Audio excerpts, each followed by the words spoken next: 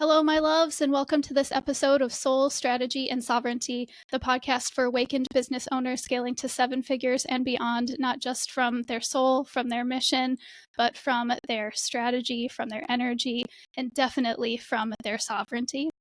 Today, we have on the podcast Kristin Rivas, and I'm just so excited and so honored to have her on here. She's an incredibly powerful nervous system healer. She does rapid resolution therapy. I've personally experienced it, and it is one of the most transformational healing things that I could ever experience and talk to you about. But I'm gonna let her talk about that in her own words and kind of tell her own story about how she came around to really having this modality in her life and deciding to share it with the world. So if you want to go ahead and take it away, Kristin, we'd love to hear your story. Oh, thank you so much, Lauren. I appreciate being able to share. Let's see, the point in my story of where I shall begin. I came into this profession doing what I do, my skill set, because it personally helped to save my life. I started coming down with really massively crazy symptoms one day, seemingly out of the blue. It was in 2008 in February when I was just like folding laundry, chatting with a friend on my campus dormitory while I was in college. And I mean, just to give you an idea of what I mean when I say like crazy symptoms and circle back to how I got into the profession, it's just like I was struck with brain fog. I mean, not the kind of brain fog that most people just talk about, but I mean like massive people saying, "Hey, are you okay?" and me not being able to understand English anymore and be able to speak Oh, or say something wow. like that, disoriented. And I heard ringing in my ears, and then my hearing went out and I couldn't hear, and I was almost like deaf. And then I like slurred speech. I lost consciousness, and when I came to, I was like in the hospital seizing. Oh no. Like, So it's almost like you had a really massive concussion, sort of. oh yeah, kind of like that. It was almost, people were like, it seemed like she was having a stroke or an aneurysm or something like that. Yeah. But so the doctors at the ER, were like, have you had a concussion recently? And a week before, an iron had fallen out of a closet from like the top shelf on my head. Oh my. Okay. It was like a week before. But anyway, I thought I felt fine. But so they ran all these tests and they're like, well, technically, like your brain looks okay. Everything looks okay. They released me. And the symptoms struck again the next day, like 24 hours later. And I flopped like a fish for like hours. And when I went to the ER again, somebody having grand mal epilepsy, they could stop those symptoms with something called like Ativan. And for me, they could give me 3 shots and I would keep going. It was real scary. Oh, And wow. again, yeah, they had no idea what was going on. I ended up having to like have these weird episodes and go to the ER multiple times a day for the weeks. And I got listed. I was put on a waiting list for the Mayo Clinic in Jacksonville, Florida, and it took me like 6 months to be seen. I had all these specialists giving me tests. Have you ever seen that show called House? Yeah. That medical research show with like Hugh Laurie? Mm-hmm. Yeah. Basically kind of like that, where they were like videotaping me and stuff. Oh, wow. All these weird questions. But that carried on for like a year, like 1 week out of every month or so.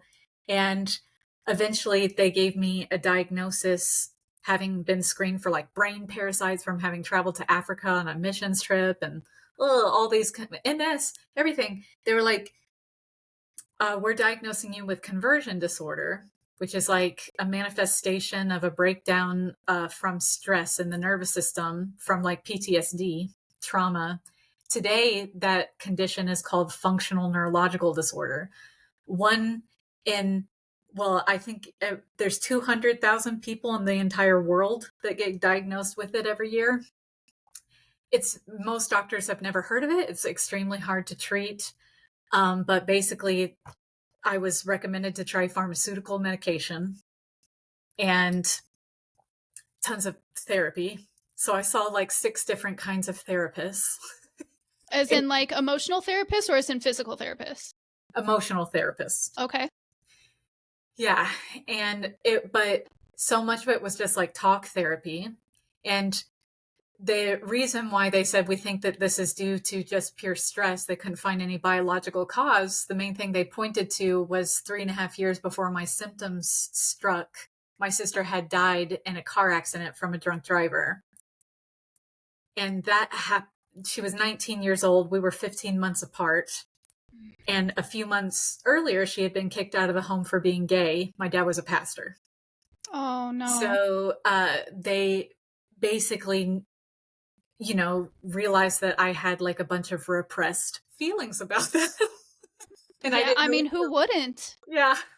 They didn't really feel, like even though I had gone to Christian counselors, like provided by the school, the university that I was going to and everything like that, like I had never felt really so emotionally or psychologically safe to share everything about how I felt, because it was just all within that worldview of like where everybody believed it was okay, that the idea of like a loving, all powerful, all wise God, like source of everything, punishes people, like eternal, the doctrine of eternal torturous, anyway. Damnation, essentially. Yeah, basically. And so like if you have a problem with it, you just kind of got to suck it up. Right? Yeah, like that's just the way that it is. If you don't orient yourself a certain way, right, then this is what you're subject to, period, the end. There's no negotiating that. Right. Eternal conscious torment is that doctrine. And I basically had never had permission to really feel safe to share how I feel about that, like how it was bothering me. So that, I guess, had been weighing heavily on me. And a friend of the family, he saw this man named Dr. John Connolly, who did rapid trauma resolution. And he saw him to actually quit smoking cigars. And my Uncle Troy loved smoking cigars.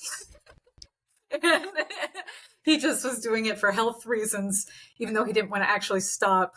But he was skeptical. He didn't think it was going to work. And like his cravings disappeared and he wasn't mad about it. And he just thought that it was amazing. And he's like, this guy actually specializes in helping people clear PTSD. So your daughter should go there. Right. And so was his smoking cigars linked to a trauma as well? No, he had just this John Connolly had at once in his practice given like smoking cessation CDs. Like he had been known for that. Like he himself had learned hypnosis to become a non-smoker himself. Okay. So he had advertised for that. And so my uncle went to like a workshop that he was doing to help people become free from smoking. But it was like the real thing that he did was mainly help licensed mental health professionals learn, like he taught other people how to like heal trauma. And that was the main bulk of his practice. But he worked in like addiction rehab facilities and stuff. So he had tons of experience helping people clear substance abuse as well. So anyway, he did both things. And what was interesting is that like my family, everybody was like hesitant. I didn't know this guy, hypnosis, you don't know what's going to happen, what that's going to be like. And from the culture and the upbringing that I was at, what was so interesting is that the experience when I went to see him for a session, it was like 2 hours, 20 minutes long.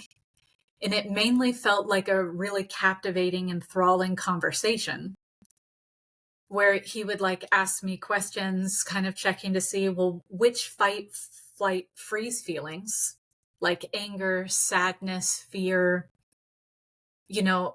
how do you feel about things, but not just a like, let's talk about how you feel, like with surgical precision, like a detective, what's the thought or the memory or the image that's provoking this feeling in your body?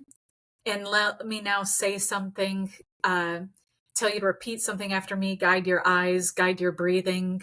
Let's help do something to teach your brain and your nervous system how to stop causing an impulse to run, hide, play sick or dead, or bite someone, which is where fight, flight, freeze feelings, they originate from our Mm-hmm. primal reptilian brain to cause very specific physical actions. And the Mm-hmm. whole session was an experience to just recondition my brain and my body to learn that's not going to help. That's unnecessary. It's worse than useless. It's diverting attention in your body from your immune system, your digestive system, your mood, your creativity, your reproductive system. It's literally a drain on your health, and it's not saving your sister, and it's not teaching your parents or God how to be different.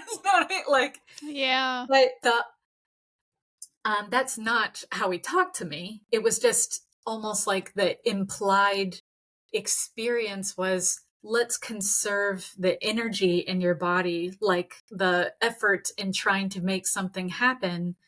Let's alchemize that into what makes sense to do now. Not any Sure. of those things, not run, hide, play sick or dead, or bite anyone. Right? Yeah. But like, and the skill and the art, like the precision, the tact that takes to kind of wrestle away grief, heartache, fear of some, like with a worldview that I had been raised in since I was a baby, you know, like I still can't believe how much got done and cleared in one session. But the what my experience was is that like when I had been in a wheelchair, I'd been wearing a helmet, I had been using a 4-pronged cane. These symptoms would happen when I would take a few steps backwards, if I was in a car when it reversed, if I saw something zoom in or out. But mainly the symptoms would strike with me not knowing why, like what was the trigger. But I did know there was those for sure triggers. So that's how I like walked into the room with my body just automatically reacting like that. My conscious, no, zero conscious ability to prevent those symptoms from happening. It would just be like 0 to 360, you know, huge Mm-hmm. reaction in my body. By the end of the session, I was able to run around the office backwards, take steps backwards, and my body felt fine. Totally centered, totally grounded, no vertigo, no seizures. And um, if he asked me now, what's it like when you think about the things that happened, the events that happened leading up to your sister's death? You know, the drunk driver, he had 14 DUIs. He had a revoked license. He That makes made it so much harder. You know, at the trial for this guy, almost 2 years after her death, we suddenly found out without warning. Nobody told us what was going to happen that day in court.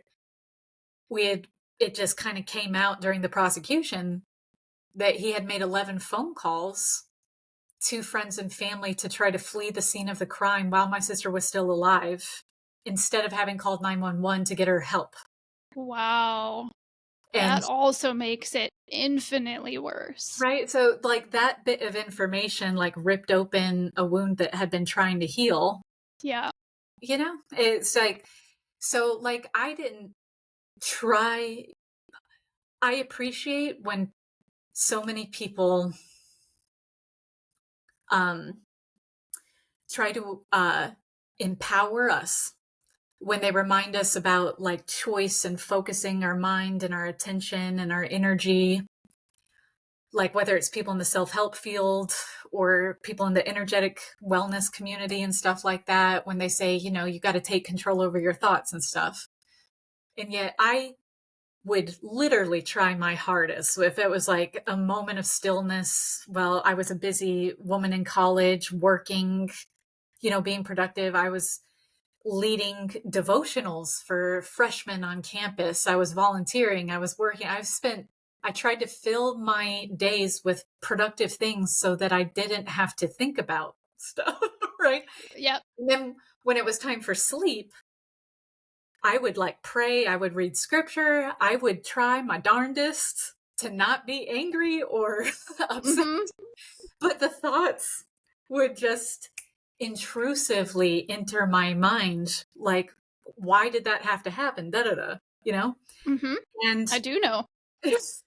so it was, I didn't know how anymore with all the tools. Even let's say the counselors that I had been to had said, give yourself permission to feel negative feelings. Like schedule 10 minutes to go beat a pillow with a bat every, 10 minutes a day and allow yourself to experience righteous anger.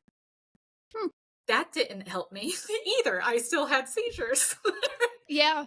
Like, Mm-hmm. so I tried that advice, and thank goodness I came upon somebody with skills that understood how to use language patterns and eye movement and breathing and like energetic, like intention, and just basically took upon the responsibility of like, I'm going to cause your mind and your body to work differently for you, almost like somebody bringing a car into a mechanic or their computer into a technician. Like, fucking help me. Mm-hmm. Yeah. The wires are not firing correctly. We need to fix it. Yeah, like I want to.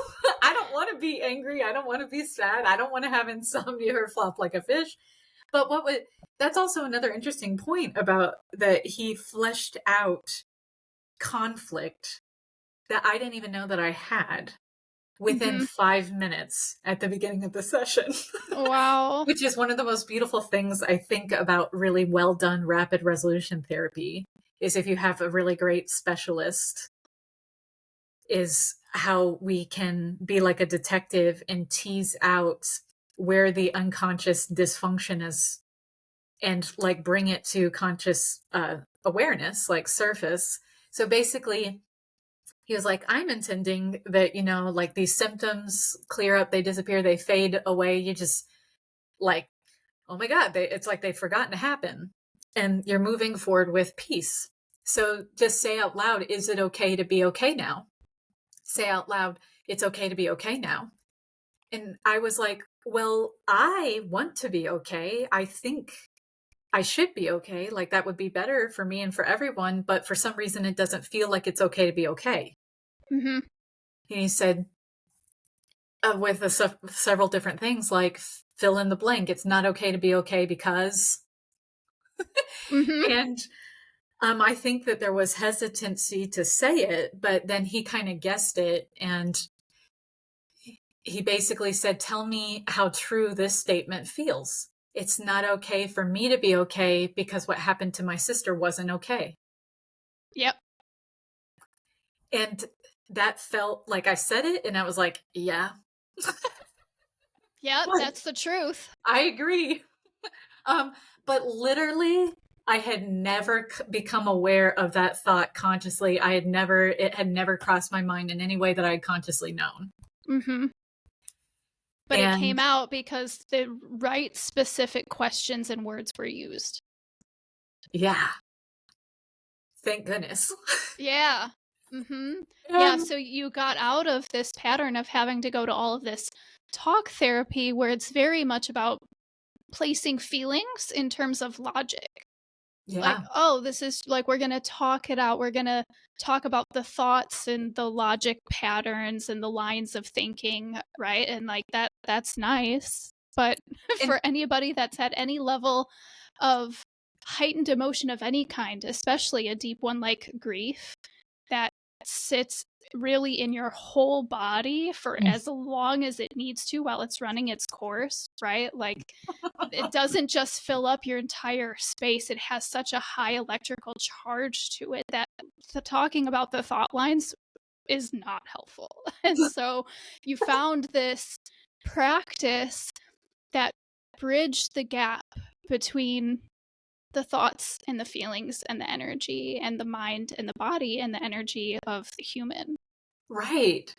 Well said. It's like I knew that there was a pit in my stomach. I knew that there was a heaviness that I was trying to always help lift by praying and reading scripture and taking good care of myself. I was in Army ROTC, like training to become a chaplain. I was double majoring in missions and psychology at the time. Um, and, but it was like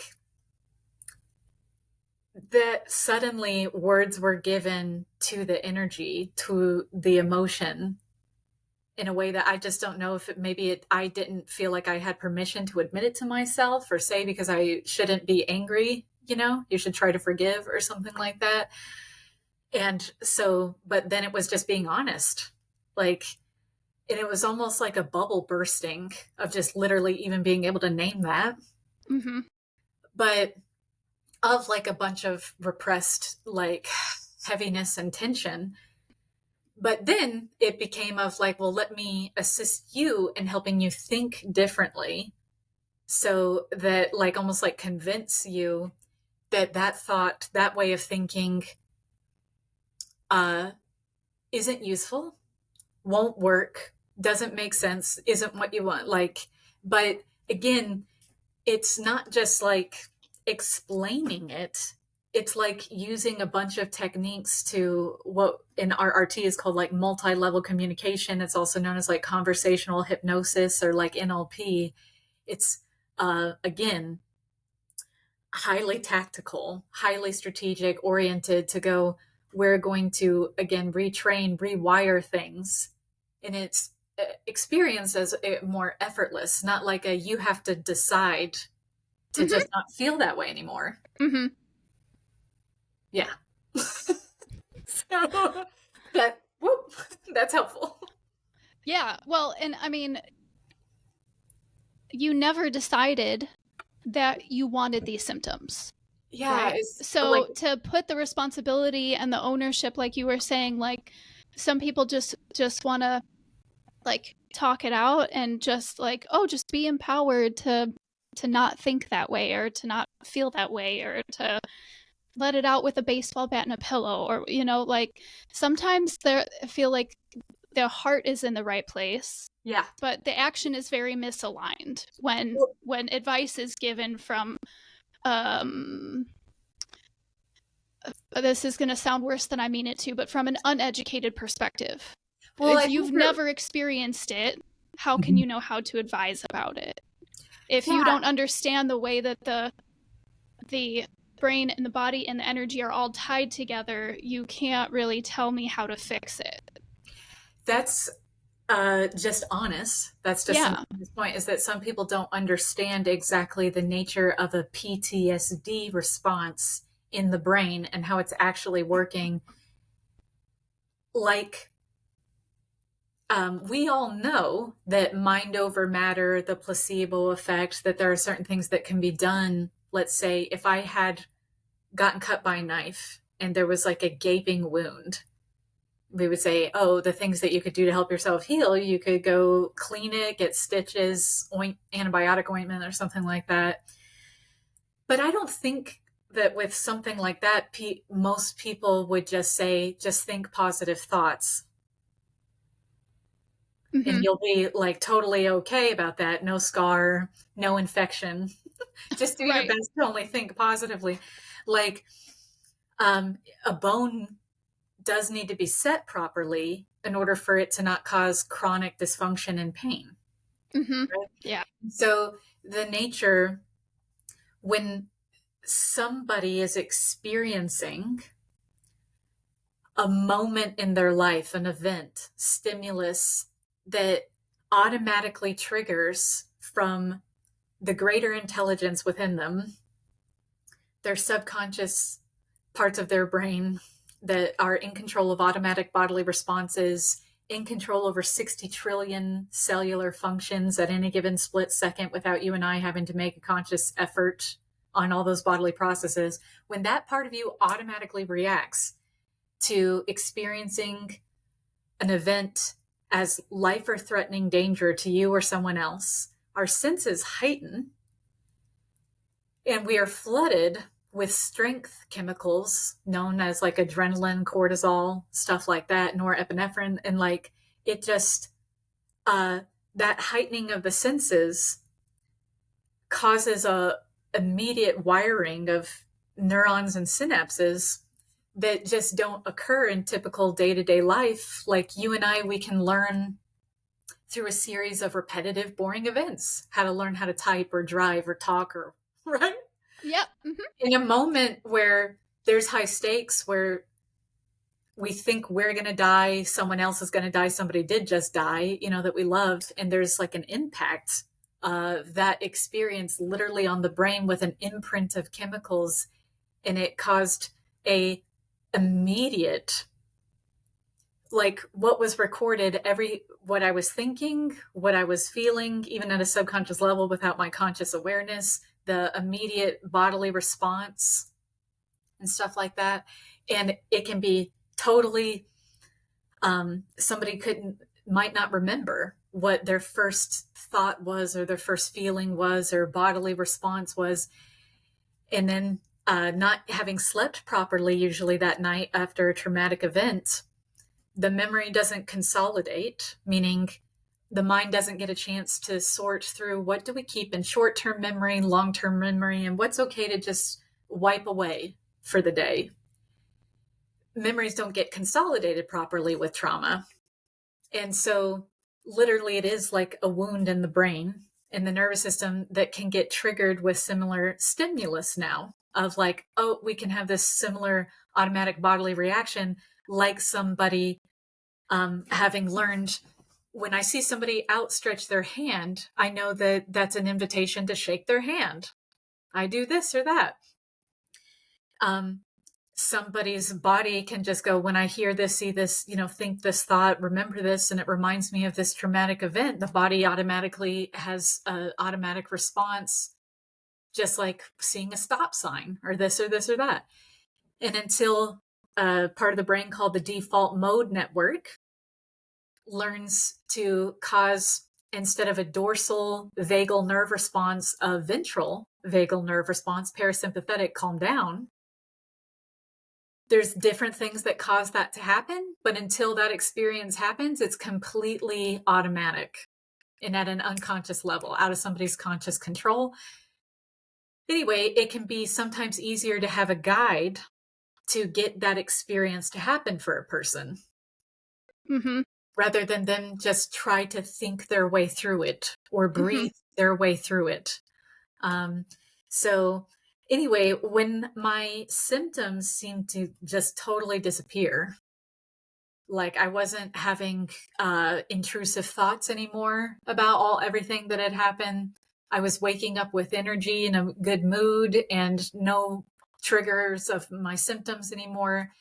After about, I think, like 3 to 4 months, the person that I was married to at the time, that was falling apart. Like that relationship, it was interesting how it worked better while I was sick than when I was well. That happens sometimes. It does, and it's so unfortunate. Unfortunate, but I'm so glad that you say previous, as in that's over now for you. Yeah, exactly. Yeah. So then I basically took steps to become trained. And I have been a hypnotherapist, rapid resolution therapy specialist, and Amen Clinic brain health coach. Now all those tools in my toolbox, I've been practicing for 15 years, and I've had the honor of assisting over 5,000 clients with transformations, breakthroughs, healing, improving their life. And I was honored to share my story on the TEDx stage in 2013. And it's called The Life-Changing Power of Words, where I basically share how, like, this one thought caused this experience. Like, it's not okay for me to be okay now, because what happened with my sister wasn't okay. And actually, it is okay to be okay. And my sister is okay. She's at peace. She's not being tortured for all of eternity. Like, I can feel her presence. And I got to experience reconnection with my sister, and we have a better relationship now today than we probably got to have when she was in body. And she has done many, many interesting things in my life since getting reconnected with her after her death. And she's showed up for my clients. She's switched shirts in my closet. She's done very interesting things. Yeah, it's awesome. Yeah, I know the feeling. Yeah, but it was like once it was okay when I cleared also the idea and the feeling that the fear of like having connection with somebody who's died is bad or wrong, or like it would be engaging with demons or something like that. Right. That it's so blasphemous that we would be able to connect with an energy that doesn't have a physical body. Right? Like, well, like a radio, if I am tuning in to the love and the appreciation, the bond that I have with my sister, and I dialed that number, I'm not getting anything else. That's what I'm getting. Right. Exactly. You know what I mean? Exactly. It's not blasphemous. It's just how frequency works. Exactly. So that's very liberating. Anyway, Yeah. it's I have been helping people with so many different things. Like in the first 2 years of my practice, I was getting like using the hypnosis aspects to help myself, build a practice. And I was really assisting people with smoking cessation and weight loss and the typical things that people associate with hypnosis, including like performance improvement, helping athletes and stuff like that, which is fun and interesting. And then when my story got out, especially after the TEDx talk, I became more well known from healing really tough to heal wounds, grief and trauma and stuff. And I've been doing that, and now I have been switching gears into going, I think my private practice, I'm intending to niche it to help other women share their stories and be more visible and use their voice, like heal the things that have held them back from just putting their work, their message, their story, their activism out there. So, it's really, really beautiful to be able to help people with that. And I'm gearing up to just, of course, be more like public about what I'm offering with that. I just recently moved, so that took a hot minute. But another thing that I'll be doing is opening up a school community to be offering mentorship to other brain-based healers, to be coaching them on their skills so that they can like efficiently, easily, lovingly, ethically, like learn how to cause transformations and breakthrough time for people. That's awesome. That is all Yeah. so amazing. I So love that excited so about much. it. Yeah, you should be. This is amazing. And I have questions about that, but Yeah. I have a different question I want to ask first. Okay. Because for anybody that's listened to even just one other episode of this podcast, you know that like these different elements of like soul and energy and spirituality are a big part of the lifeblood of this podcast and the lives of the guests that I have on it, including myself. And so when I think about that, and I think about the part right at the end of your story there where you talked about how you have this really great relationship with your sister now, and some of like the wild experiences and things that you've had where you knew that it was like her kind of playing with you. Like what are some of those things? And as you continue to move forward with clients, even though it sounds to me like through hearing your story that maybe you wouldn't necessarily identify as Christian, but more spiritual at this point. Is that accurate to say? Like, do you think that in the process of helping your clients that faith in some regard still does play like a vital role in their healing? For sure. I'm sure you've probably heard of like attachment styles, like anxious Yes. attachment, disorganized, avoidant attachment and stuff. Mm-hmm. And then there's secure attachment. I almost see it like as helping people have a secure attachment with source. I love that. Yeah. And there has been traumas in our life, whether it's because of religious trauma, like dogmatic experiences and shame-based, fear-based stuff, control-based stuff, or just because um, people feel like, God, these experiences that happen to me or my loved ones, the pain and suffering in the world, how can I feel like there really is an all-loving, all-powerful, all-wise divine force that has my best interest at heart? How is it that all these things can exist? I especially love assisting people with healing that now because of how painful that was to have a disconnection from source. My relationship with God, the divine, has been precious to me ever since I was like a little girl. And um the so many things were religiously traumatic, like purity culture and just different things. And I am so grateful today to have like one of the most just amazing, loving, mystical relationships with the divine that I uh, feel so free from like the fear or the doubt or the anger and the pain or anything that's been in the way of my connection to source. And how much that has helped my health, um, my relationships, assisted me in how I help cause healing in other people and like literally guided me. Oh my God, so many beautiful experiences from having healed and grown and evolved my relationship with source and the divine. Which leads me to some of the experiences with my sister.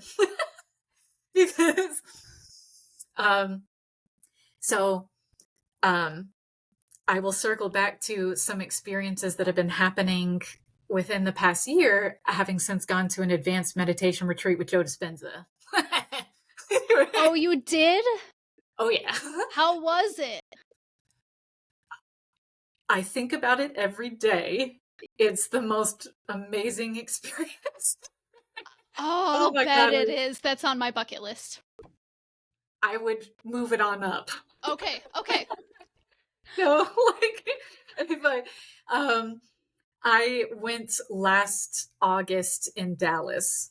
Okay. And it literally also helped open up way more connection with my sister because it like totally up leveled my like the opening of the pineal gland. Yep, your third eye. Oh yeah. Yeah, So, your intuition blew right open. like I am afraid of sharing everything so far. If I've told people all the like, I have a note like a Google Keep of documenting the shit that's been happening since. I love it.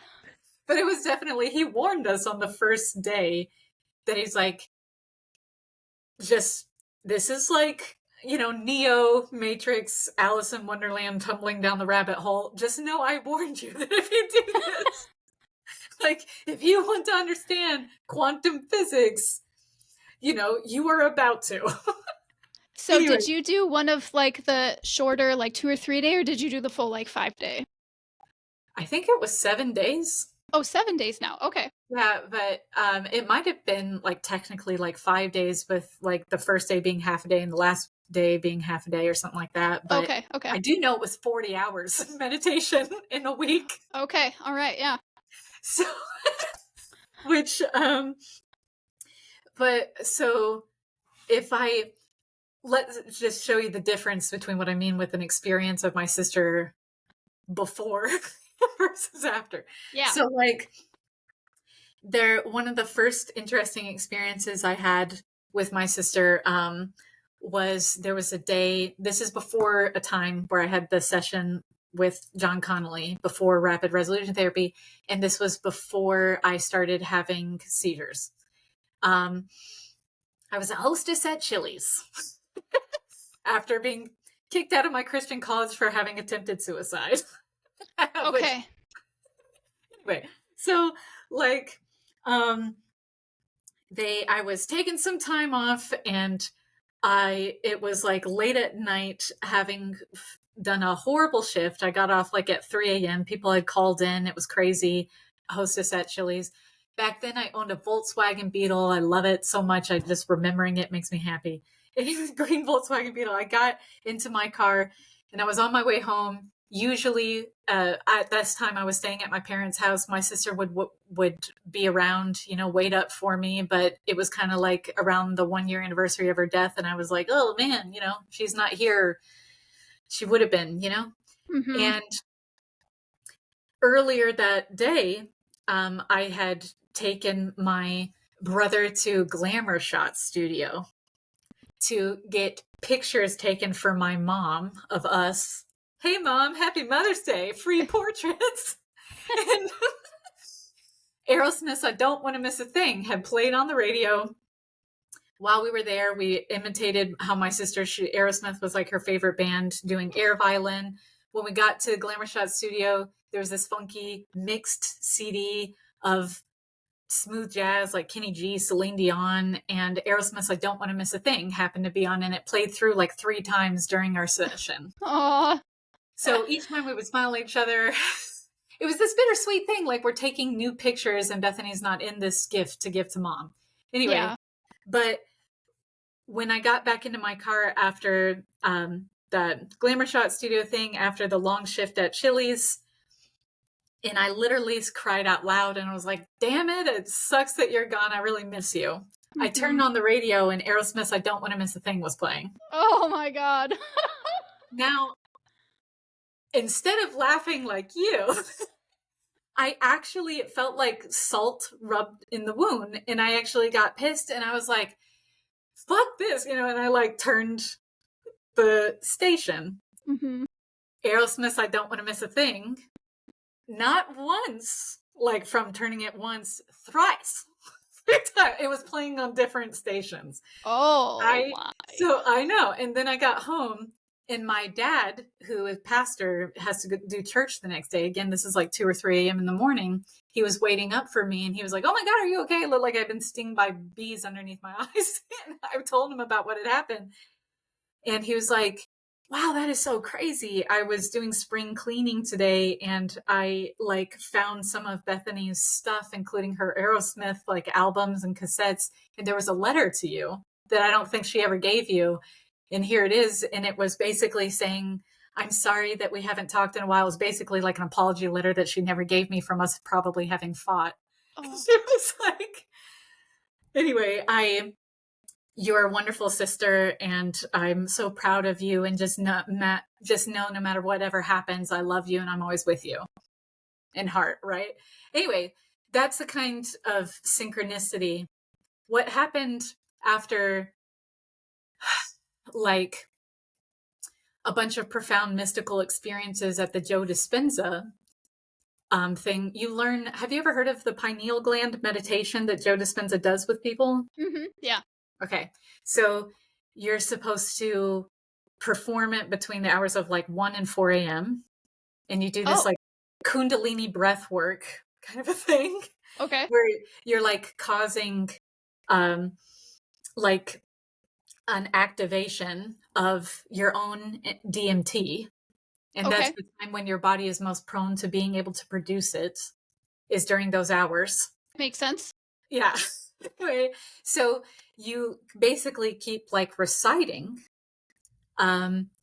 may my basically like may my pineal gland, may my third eye basically be a conduit, almost like a radio messenger, like of connecting me with divine and mystical experiences, with other dimensions, like with the ability to time travel, with basically, yeah, divine beings and all this like lucid dreaming, all kinds of, and you basically prep yourself that you're okay for any kinds of connection with the other side and source and stuff like that. And you set that intention, and then you just let yourself go back to sleep and see what happens. Oh, okay. So, I So sometimes things end up happening for people immediately within 24 hours. Sometimes their divine and mystical experiences before they did the pineal gland meditation happen weeks before or months after or something like that. But you're not supposed to worry about the timing. But basically, since time is all like, who knows how it's working? Yeah, we don't even know. But one of the last things that Joe Dispenza had said when he dismissed that advanced retreat was, he said, when you meditate, just remember that you can intend, because I have asked the divine for a sign that I was actually doing my quantum field meditations correctly, that I was actually causing a timeline shift, that I was actually altering, influencing reality. Give me like a unquestionable sign that I know that it comes from you to help me be inspired to repeat my efforts. Right? Like some kind of sign that we know that it came from you. And he goes, I have sometimes in my meditations intended that even just one shirt on my shirt rack would be switched with another shirt. And that has happened sometimes after my pineal gland meditations. That is something that I heard the day that the when he was shutting down the retreat. Months after keeping up with the practice, it was Christmas time. I was hosting my family for the first time, and my sister was the celebrator of holidays. I mean, she had gifts planned months in advance. That was one of the things when we found her possessions after she died. She had a box of gifts for 9 months around throughout the year already. She died in March. She had her Christmas gifts. She had her birthday gifts. Oh, Labels for us. Oh Anyway, my goodness. Queen of celebrations. And I had to take up that role and remember mom and dad's anniversary and how to. Yeah. After she died, she was the oldest child. Anyway, but I had this thought when I was shopping for Christmas decorations, hosting my family, like, man, I wish you were with us. I wish you could meet my husband. I wish you could meet your niece and your nephew. I really wish that you were here to help me pick out these Christmas decorations. And I shed a tear in a way that I hadn't in a while. When I got home, I was putting away laundry. I don't know if you have ever had the experience of like putting some clothes over the lid of the basket that you don't want to wrinkle. Mm-hmm. One of the top things that I put over the top of the lid was a neon, like hot pink fuchsia-ish, like athletic shirt that wouldn't wrinkle, but I knew where it was going to go in my closet, right? Like it was the top thing to fold with my other athletic stuff.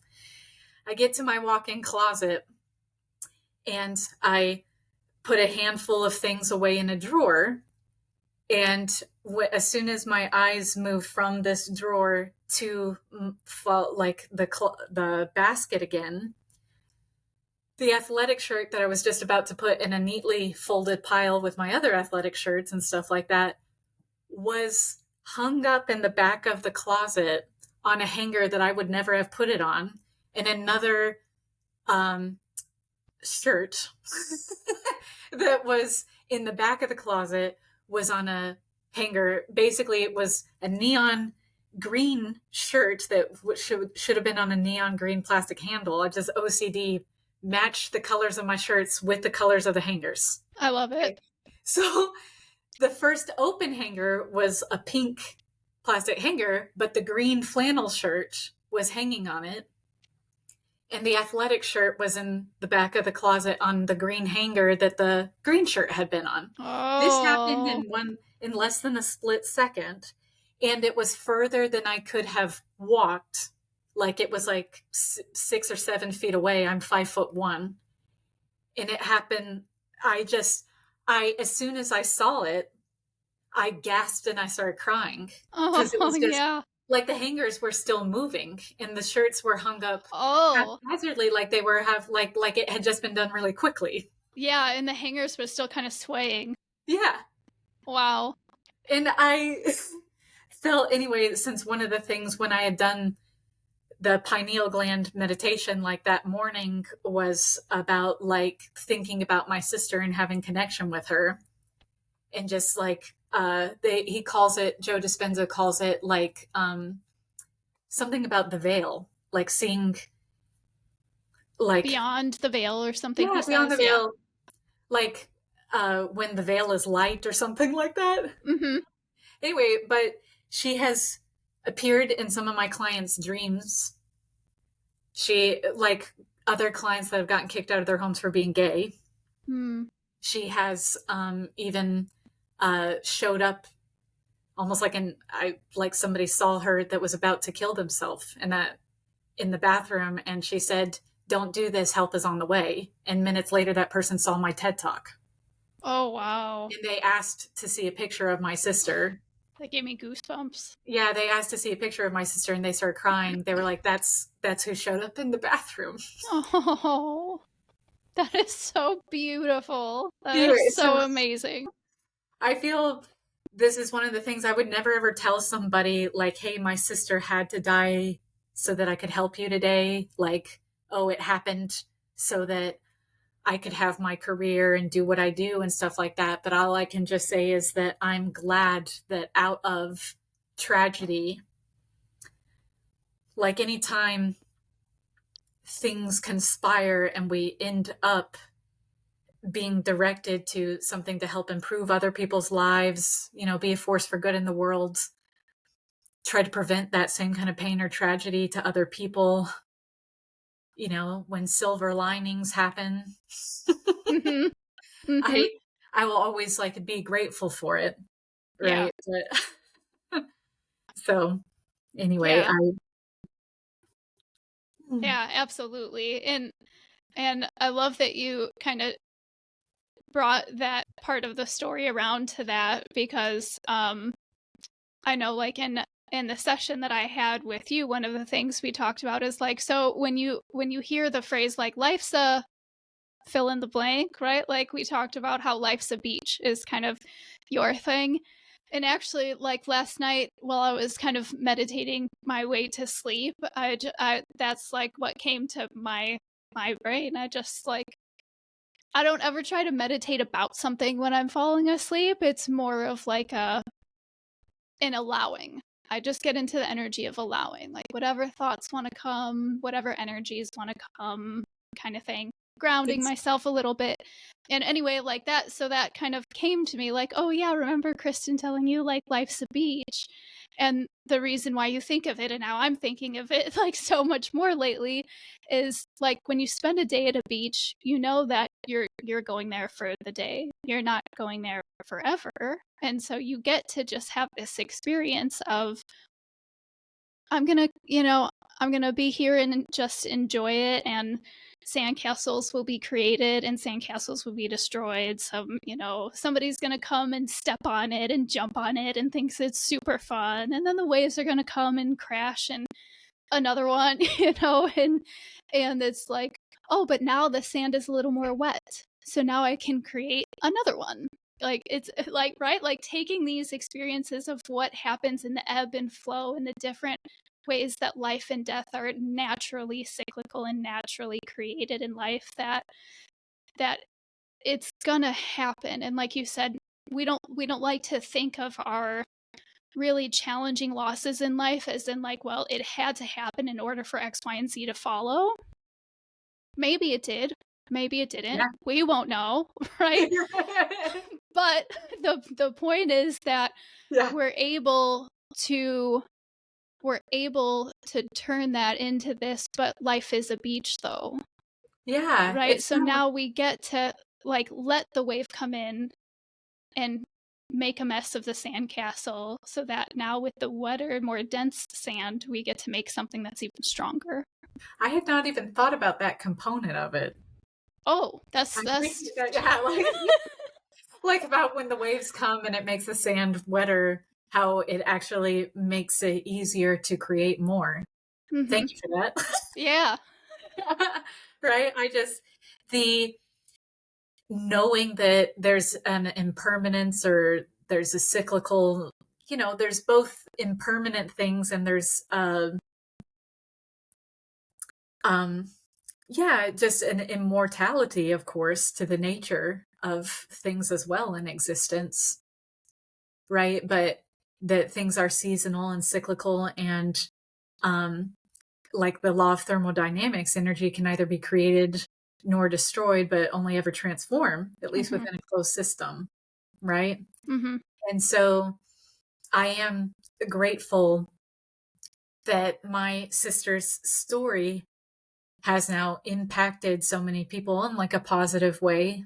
I volunteered for many years with Mothers Against Drunk Driving, speaking at DUI impact panels, um, helping to speak at whether it's police officers to thank them for when they do DUI checkpoints, to try to petition for better legislation at that time. Laws got signed into place, I think, because of my sister's story, because there's now like, it's, I not that I want people to go to prison. I don't like the Right. prison industrial complex is awful. And I think that it would be wonderful to get people into treatments, Yes. especially people that are having issues with being able to afford addiction treatments. That's what I would prefer. But Right. one of the things that had, when I talked about intrusive thoughts that would come when leading up to my illness, and before my healing experience with rapid resolution therapy, one of the intrusive thoughts that was a flashback, like a memory of within minutes after I had been told that my sister had died, like after had been woken up in the morning, like at 5 or 6 a.m. Bethany died in a car accident, and in the night. We turned on the TV, and it was a news report about the crash, and an arresting officer of Stephen Michael Johnson, the guy who's still in prison. He was sentenced to 42 years because my sister and another woman in the car died as well. One of her friends.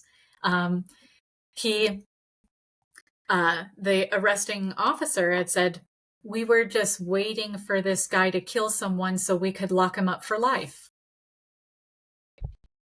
I can't with my soul. I know. So like that was a moment that like felt like it crushed my spirit, because it was like, that's how this system is working. Why did it have to be my sister? Like, it's just awful, right? But so Mothers Against Drunk Driving has tried to petition over the years to do things to try to get help and stuff to people sooner when they're dealing with alcoholism, but also try to help do things to make it like that somebody would actually literally be taken off the road and in prison sooner, so there isn't 14 DUIs. There's like a shorter leash Mm-hmm. for like repeat offending. Mm-hmm. Anyway, again, there's a lot of change to take place, but that's one of the things that I've taken away from the experience too, is that I'm now more in the habit of literally having the capacity that when something bothers me, I translate it into action rather than my body. It's like um, remembering that fight, flight, freeze emotions are for those very primal actions. My body responds better now Mm-hmm. to somatic processes, to emotional intelligence, tools and stuff like that. And I think it just needed that different kind of treatment in the beginning, because I have nothing against journaling and positive thinking and gratitude practices and beating pillows with bats and like CBT and Yeah, um, I mean, whatever your medicine is, right? like if it works, if it literally helps you, like if that's what actually was effective for you and that's helped you and that's changed your life, awesome, that's great. But for some people, it might just not be the appropriate step in the right order. They might need something else first. And it's good that we're finding out more and more about what causes these dysfunctions in the brain and the nervous system. And whether it's like with understanding more stuff about energetic healing, sound healing. Oh my God. Like I'm so glad that it's even just going, hey, we need more help, and therapy isn't as taboo anymore, like we associate with weakness. It's now like, hey, you have the responsibility to take care of yourself. That's the best way you could use your money. Invest it. Mm-hmm.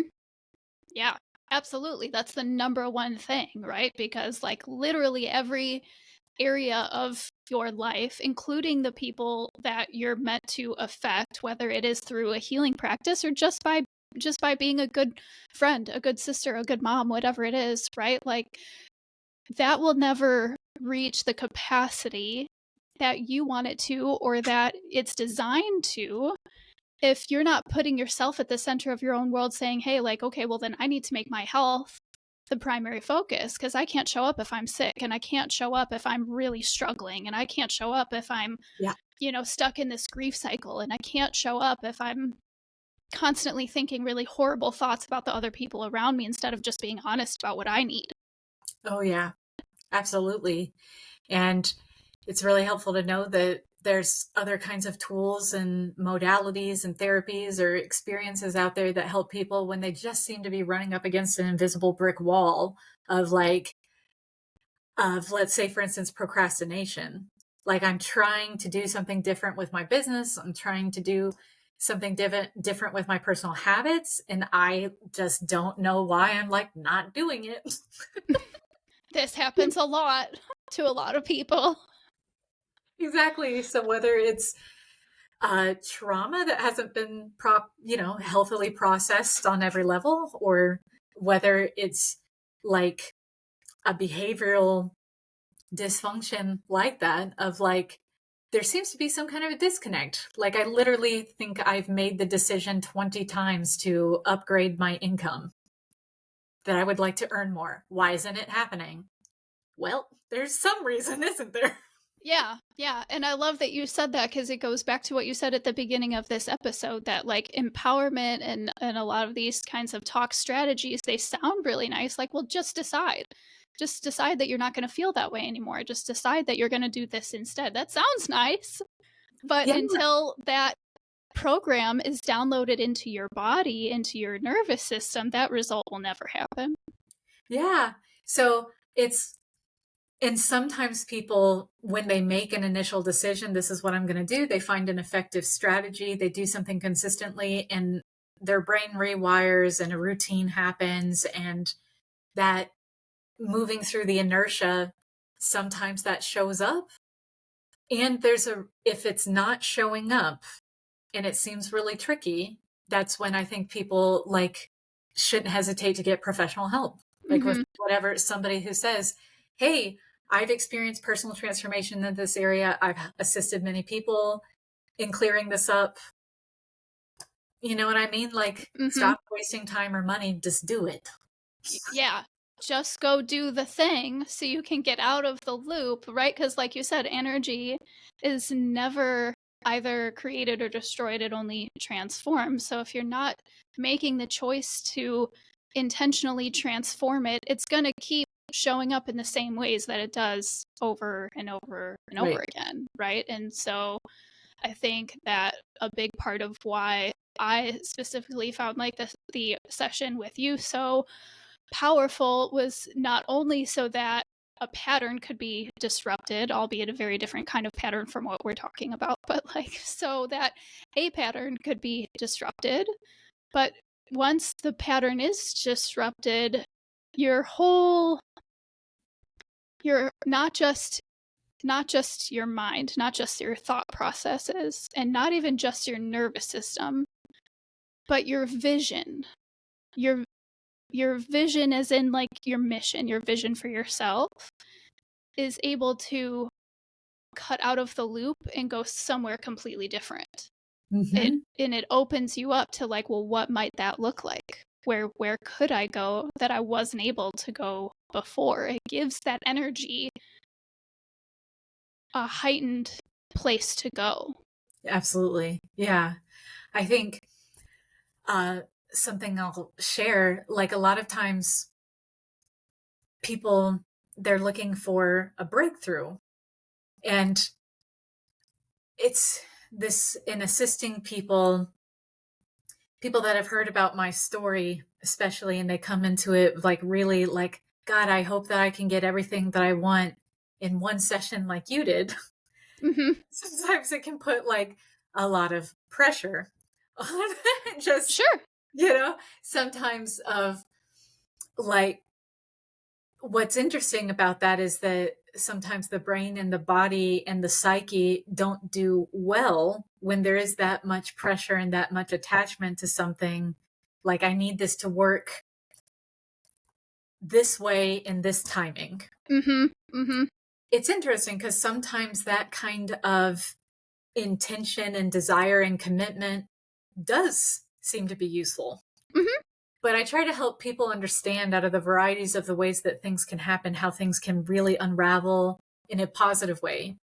Like when there seems to be something tricky and tangled and they're looking for a breakthrough, and just help them understand there's different kinds of breakthroughs that can happen. And there's 3 steps to having a breakthrough. So 1, let's define what kinds of breakthroughs there are. 1, somebody can have an experience where in a matter of moments, whether that's minutes or hours, in one day, they have had an experience where there's a night and day difference. They cannot think or feel or behave the same way after some kind of experience that happened. Mm-hmm. Total shift, right? Mm-hmm. And that thing is forever different. The course of their life is different from that breakthrough experience. That's one way that breakthroughs are experienced. Another way that a breakthrough gets experienced is that a decision has occurred, an event, an experience has occurred, which began the flow of the shift. It's like it got initiated, like a seed planted, something started to get built, and now things keep building from there. It might be a few steps forward, a step back. Healing isn't always a straight line. Progress is not always like perfect and linear and like that. But you could look back and go, that's the intervention, that's the moment, that's the decision, that's something where I can like trace it back to and go, that's what really like started to make a profound difference. Right? Sure. Mm-hmm. But like, you have to have an effective strategy to create a breakthrough, whether that's like in your health or whether that's a belief shift, whatever, a behavior shift, you changing your income. There has to be an effective strategy for it. There has to be a change in the story that was driving the repetitive, chronic, long-term problem. Like something, a belief shift, a reframe, something like that, that has to get hit for the thing to really be able to be protected and reinforced over time. Because people can have temporary results and then regress again, right? Yeah. Anyway, so things, and then the third thing for like a lifelong shift, a big old breakthrough, the third final thing is that usually for the breakthrough to have happened, there had to have been some really effective, massive like state change, meaning like a physical, mental, energetic, spiritual, basically however the problem was living within someone, living in their body, living within their mind, living within their energy, Yeah. like that, like there, we all know that we think a completely different way when we are feeling depressed than when we're feeling inspired. So you have to get into a state that allows you to be able to access different ways, like literally different chemicals, a different energetic, vibe, frequency, like, and that's why I think sometimes a lot of like just people trying to handle something logically, like with talk therapy, or sometimes, it can just, you can rewire thoughts by writing things out, by handwriting. But like, unless you've hit the nail on the head on which the thoughts are that you really have to change, and you are in the best physical, mental, emotional, spiritual, energetic state associated while you're writing them, that can just be really slow going. And so it's Yeah. wonderful that we can study what causes breakthroughs that change the course of people's health, neural pathways, life, and get it to happen as efficiently as possible. Mm-hmm. Yeah. Yeah, it is. It's really magnificent. And like you said, it has allowed you, like your doctor, to create those breakthroughs in such a way that they're so precision. Mm-hmm. They're so driving right to like the very, but that's not how the conversation goes, right? Like in my session with you, you never once asked me to like point to the place in my body where I was feeling my feeling. But right, you never, like, that's not the point, but the point is that with your words, there was a precision of like, oh, there's a little bit here, and we're gonna like pull, like we find the top of the thread almost. Yeah.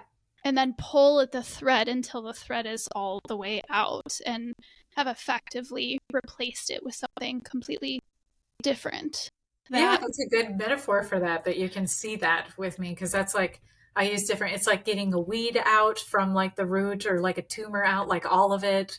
It's mm-hmm, like, I know what I'm looking for. If I can tell, okay, this is what's causing the stuckness for a person, this thought, this memory, this visual image in their brain is causing a looping. It's causing this emotional physiological reaction, which is trying to cause this behavior. It's ending up causing this behavior. And I check, RRT involves a lot of checking throughout the whole experience to see, okay, well, with whatever I just said, whatever technique I just walked you through, now where are we at? What's left to do? How do I switch it up? So that's the difference with a lot of hypnosis or even neurolinguistic programming practitioners who you might go see. A lot of times people can be following a really cookie cutter process, like they've memorized a script. mm-hmm, They have memorized, I say these word patterns in this mm-hmm, order to somebody, and I take right, them through this process.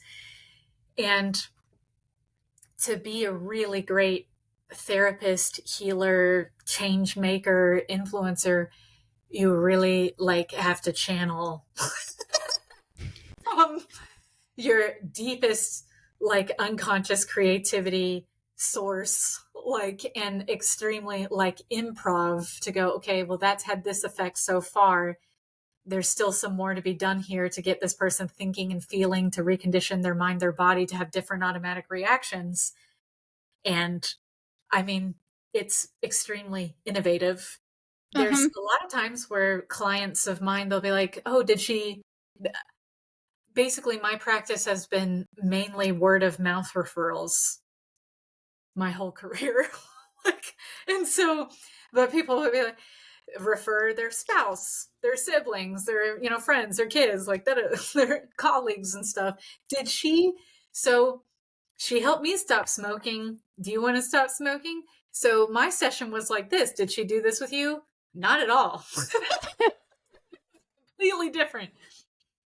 That's how it goes sometimes. Sometimes there's some overlap. Sometimes it doesn't resemble it at all. So, Well, I think that there's something really powerful about that. Like I know that in a world that would put so much value as a small business owner on packaging things in order to create scalability, yeah. right?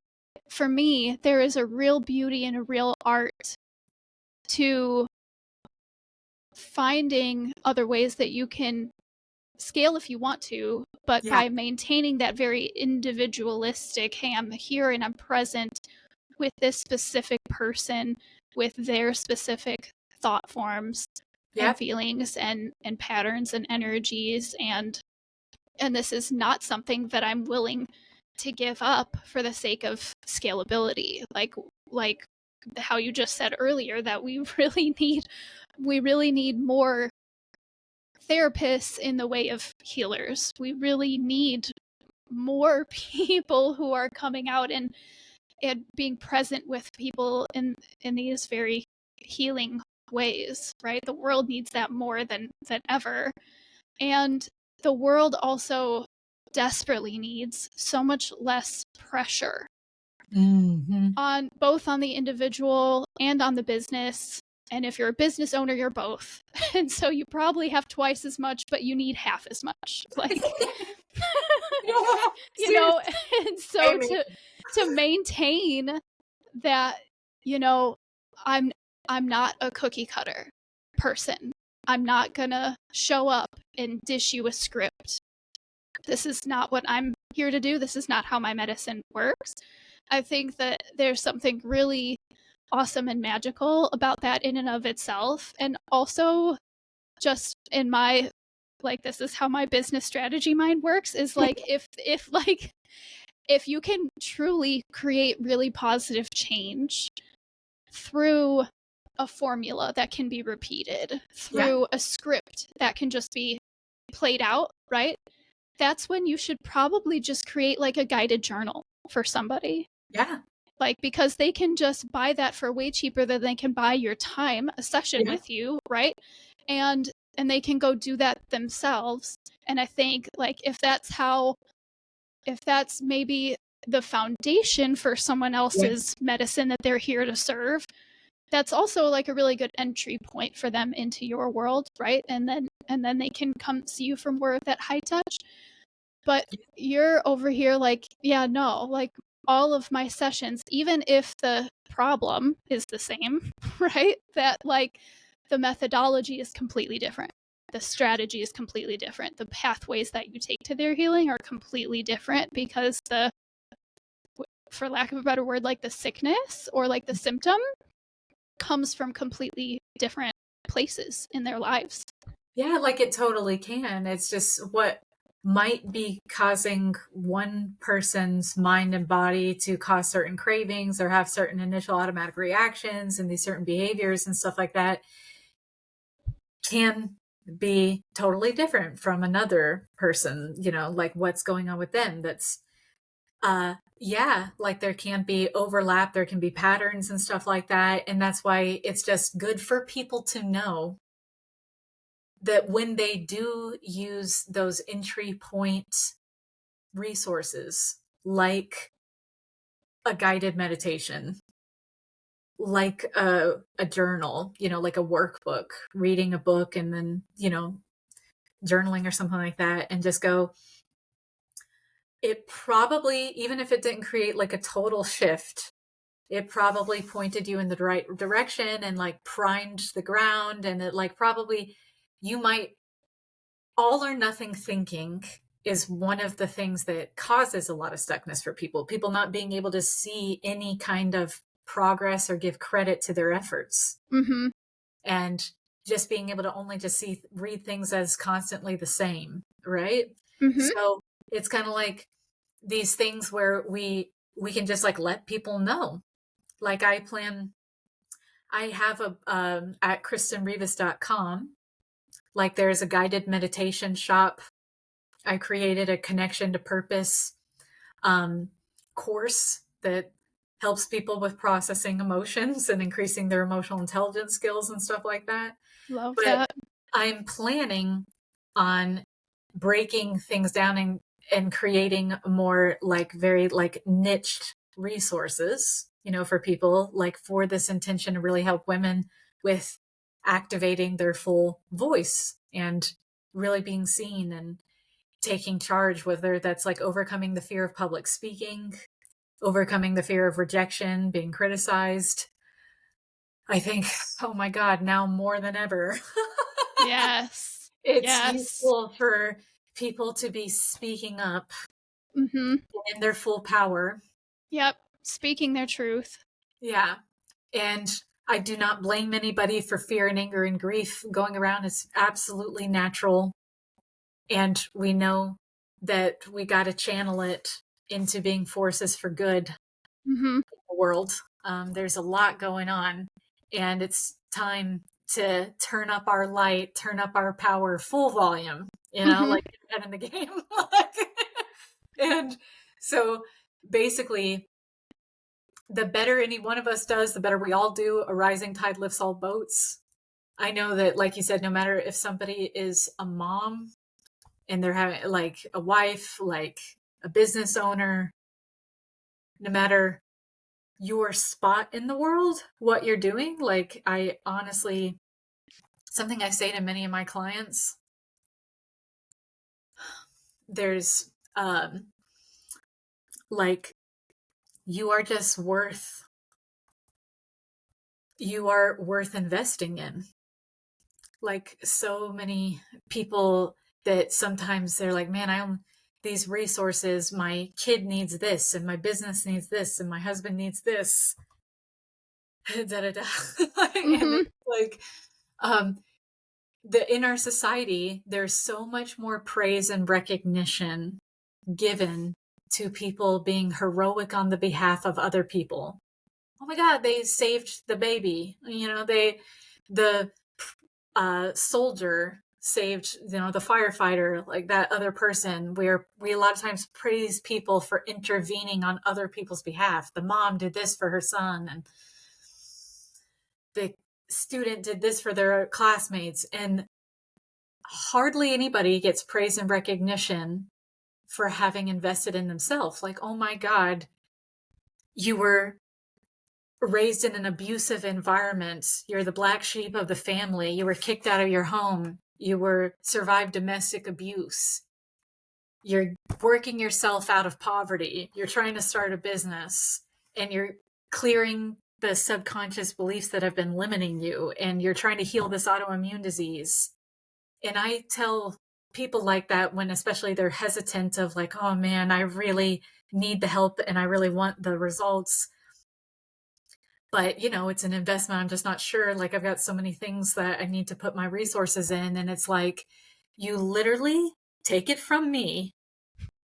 You have nothing if you do not have your health, like your mental health. Like, you do not have a business. You do not get to have a family if you cannot like prioritize. It's like, if your car has signs of breaking down, like, oh my God, it's running on empty, are you arguing with yourself about filling up the tank? No. If it's like the brakes need to be replaced or something like that, it's making a wonky noise, it won't start. Like, at this point, there's no option. You have to take care of it and stuff like that. But yeah, whether people are, but I just thank people, like, if nobody else tells you thank you for investing in you, I think you're worth it. Kudos for you for having done something, and extra kudos for you if you are doing it proactively and consistently and not waiting for things to fucking break down. Yeah. Like, that if you could show your past self, like a little girl you, look at the advocate you're going to have for the rest of your life, a woman who will do this for you, who will wake up early, or figure out her sleep hygiene. She will nutritiously take care of herself. She will make sure that her body gets movement. She will make sure to connect to inspiration. She will make sure to reach out for help, assistance, and guidance. And she will put herself first. You can always count on her. That's who's got your back. The most important relationship with yourself is literally like directly responsible for every other relationship that you have, whether it's a relationship with money, your quality of life, literally with even spirit. You have to have a good relationship. Like, it's one and the same. It's synonymous. Yeah. And it's so true, not only on that very basic physical level, like you said, like if you don't have your health, you literally don't have anything, but it's also so true on that energetic level of frequency too, right? That like the way that you treat yourself and support yourself is a frequency communication to the rest of the world about how to treat you as well. That's beautiful. That gave me just little goosebumps and stuff like that. Like, you are putting a signal to every man in your life, every woman, every child, like your family, money. the government. You know what I mean? Yep. Like, Yeah. this is a standard. Yeah. This is where I'm at. You can come meet me or not, but this is where I'm at. You own it. Like, Yeah. and I think that one of the ways that I often get people who have been conditioned, like in a culture of like maybe martyrdom or putting themselves on the back burner and stuff like that, or they have some weird illogical, like I don't deserve, unworthy shame shit that they are like, oh, I know it doesn't serve me, but I can't seem to work my way out of it. Mm-hmm.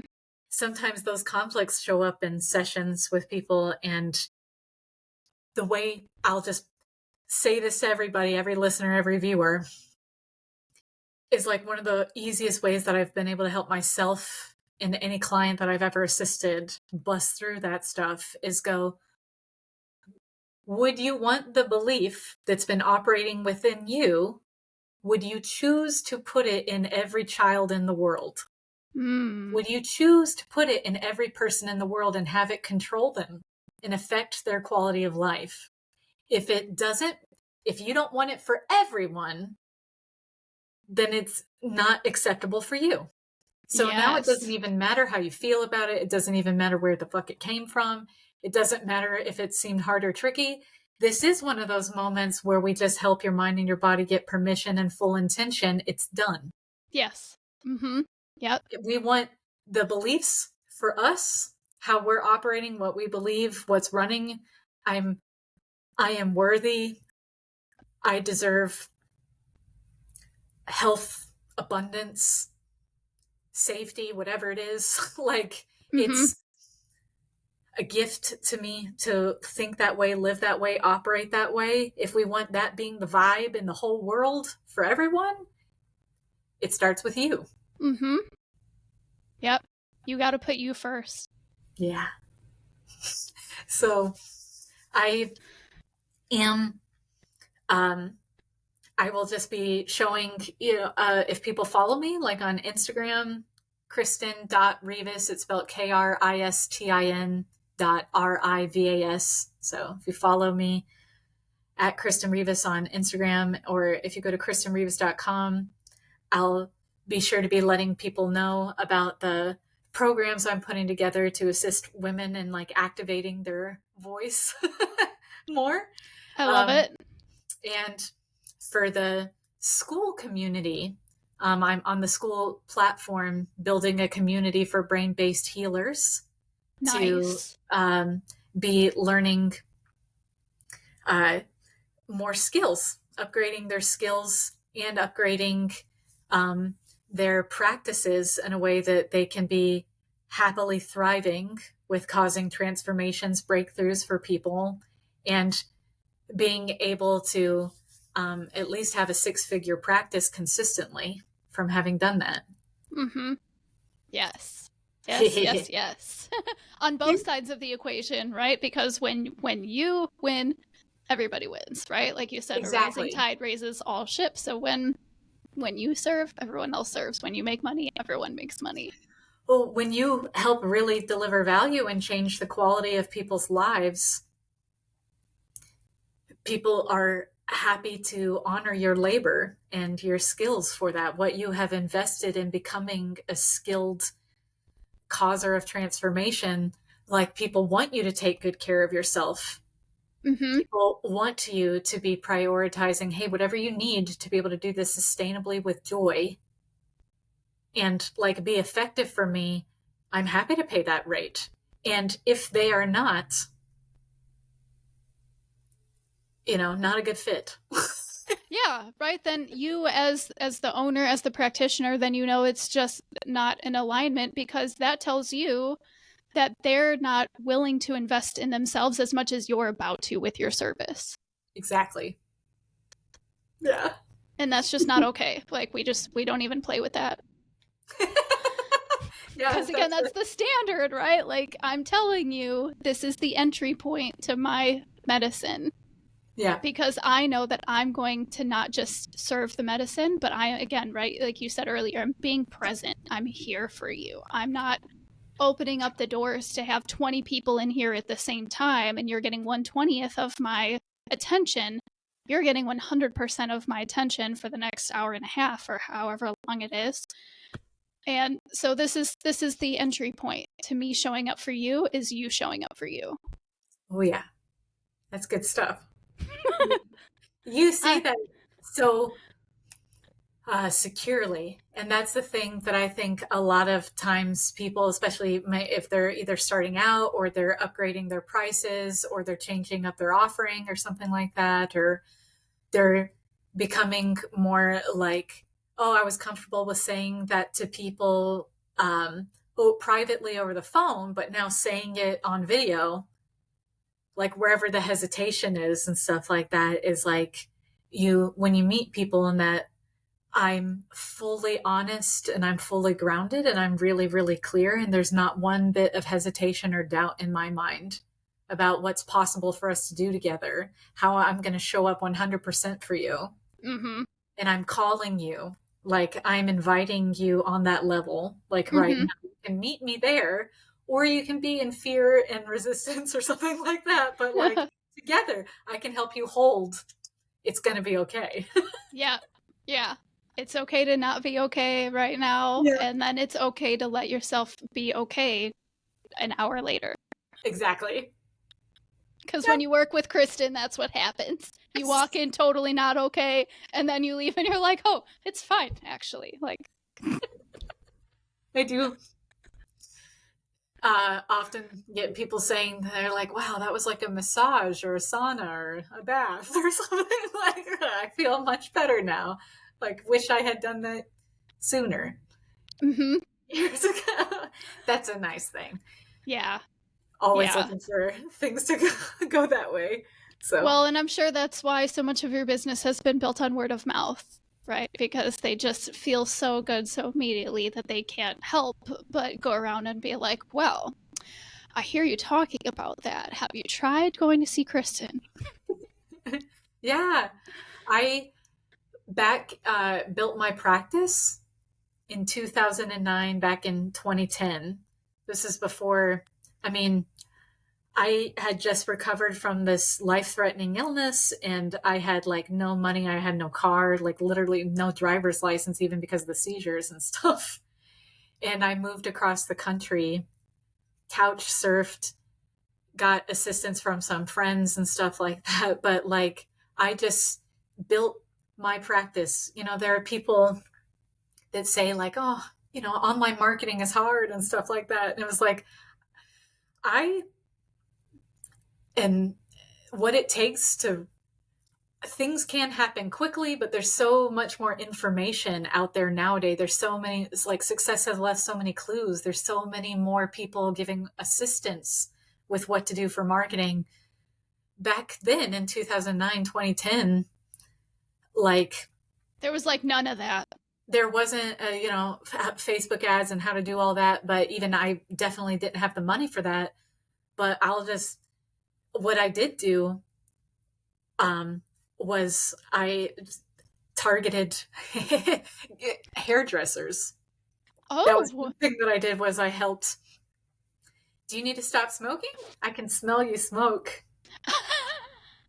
Which a lot of hairdressers who like to come across as pretty and healthy and like well kept and stuff like that, like feel bad that somebody smells cigarette smoke on them. Yes, that is genius. And I could help you with that. Like I was willing to give people free sessions if they found out I did hypnosis and I said that I assisted with weight loss or helping people get back into exercising or with their eating and stuff like that. And I probably gave, discounted or free sessions to some people, or if they didn't seem anyway, whatever. But I offered it if I knew, basically, if somebody knew that I was just starting off. And, like it's not just people trying to look for a discount or something like that. But I just strategically knew hairdressers are kind of like therapists. Yeah. Hairdressers and bartenders, and we can name about 1 million other people. Yeah. Oh, yeah. And I also targeted bartenders too. But I got probably like between 6 to 8. Yeah. Like between hairdressers and bartenders, helping them with stuff. and that like literally helped build my practice. I also did probably almost, I think it was like 258 speaking engagements, like where I would Wow. show up at meetups, Toastmasters Club, Lions Club, Kiwanis Club, and I would share my story and I would educate people about RRT or hypnosis, like stuff about neuroplasticity, how the brain can change and everything like that. And before my TED Talk and all the word of mouth referrals helped my practice, it was just, I was willing to share my services with other people.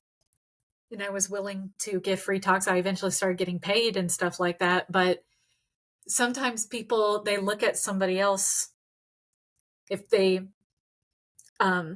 see that it's so easy nowadays for people to be looking at coaches or people that have success and just think like, oh, they must have a quality that I don't have, or it must have come easy for them. They must be lucky or something like that.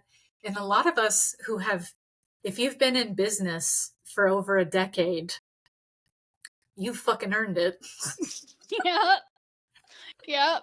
It is not because you're lucky and you were viral overnight and No, it takes a lot of commitment. And if you have ever like really upgraded your income level from a place where you started off like really low, yeah, I understand things like that. There are absolutely things like privilege and there is like luck and there is things, but I never want that way of thinking to limit somebody and going, there are things that we have all done and that we all can do to go, no matter what's going on with our circumstances. Like, for instance, my family could not afford that original session with John Connolly. Mm-hmm. It was thousands of dollars for just one session. That was like pretty high stakes. And my family, and I was lucky and we were privileged that my uncle volunteered to help pay for it. But I actually had to be humble enough to receive that. Yep. And courageous enough to like go and see a hypnotist, even though I was afraid of getting demonically possessed. Right. Stuff like that. Yeah. Like there's always things can come down and you can find a way that it's like the whole course of your life can be forever changed by how you act and the thoughts that you nurture or that you somehow figure out a way to change. Mm-hmm. Yeah. Right? And the Like with the beliefs that you circumstances. nurture, right? The Yeah. belief that, oh, if I can find a way to access this magic, this medicine, this whatever it is, right? If I can find a way to access, I know that it is going to help me immensely. I know that it is going to set the trajectory of my life in a completely different place that I need and that I want for myself. Yeah. Right? And when you just really believe it and like focus your thoughts and your feelings and your energy on that belief, it has no choice but to come true. Absolutely. So anybody like listening to this, I will give them a special thing that I'm working on. Ooh. Like, I'm creating a breakthrough audio to help people with causing a big shift for them. And if they message me through my website, KristinRivas.com, or if they DM me on Instagram or Facebook and they say breakthrough, then I will absolutely give them a gift. And awesome. Yeah, they can sign up for my email newsletter and stay in touch. So Perfect. That sounds great. I'll make sure to include all of your information there in the show notes for everyone. So absolutely everyone who listens has access to that for sure. And before we go, is there any one last piece of wisdom that you would like to impart upon our listeners? That's a wonderful question. My intention from anyone who hung around and got to experience our conversation is just that they really, really get it. That if something isn't working for them, there's a change that they want to make, and they've almost like given up on like that thing changing. They might not know how, you know what I mean? They might feel frustrated. It's like, please believe me that change is possible. I was told by the Mayo Clinic when I was diagnosed with conversion disorder, aka also known as functional neurological disorder today, that I had a 20% chance of being able to ever recover. Wow. That it was most likely that I would live with my symptoms of non-epileptic seizures, living in a wheelchair, wearing a helmet, being disabled until I died, probably from a head injury. That's And crazy. something within me, when they said that, my spirit was like, no, that will like not be my story. That won't be my life. I feel that I want to be able to do more. I want to be able to give more. I want to be able to experience more. I want to be a force for good in the world. That can't be my story. Yeah. Yeah. And even though there was times where there was much fear, there was much doubt, there was a still, small, quiet inner voice, whether that's like my own intuition, higher consciousness, the Holy Spirit, whatever anybody wants to think about it, something pushing me of like, keep going, keep trying with this crazy thing of RRT, hypnosis, or whatever, do it. It's okay. Like, allow somebody to pay for that session. Like, and I'm really glad that I listened to that voice. I'm really glad that I've listened to that voice. Like, it's okay, even though you've been programmed since birth. Before you can speak English, like about marriages for life. You know, I gave myself permission to get away from a bad marriage, a marriage that was unhealthy for me. I gave myself permission to move across the country without a car or money from listening to my intuition of like, oh, this is the place you're meant to be. Moving from Florida to Seattle, Washington, where I made my practice so easily. And I met my husband and I got the TED Talk. Anyways, basically, I just ask people to follow that still, small, quiet inner voice of their intuition and never, ever settle for a voice from fear and negativity or hopelessness or doubt. Yeah, that's powerful. That's so powerful. Yeah. And I think a lot of people really needed to hear that right now. Thank you, Lauren, for everything that you do. And thanks for creating this opportunity. Thanks for your heart, your spirit.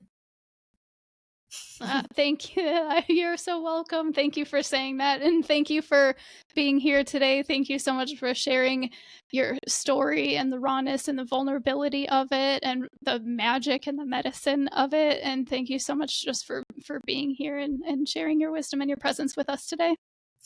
Namaste. Namaste. Thank you so much.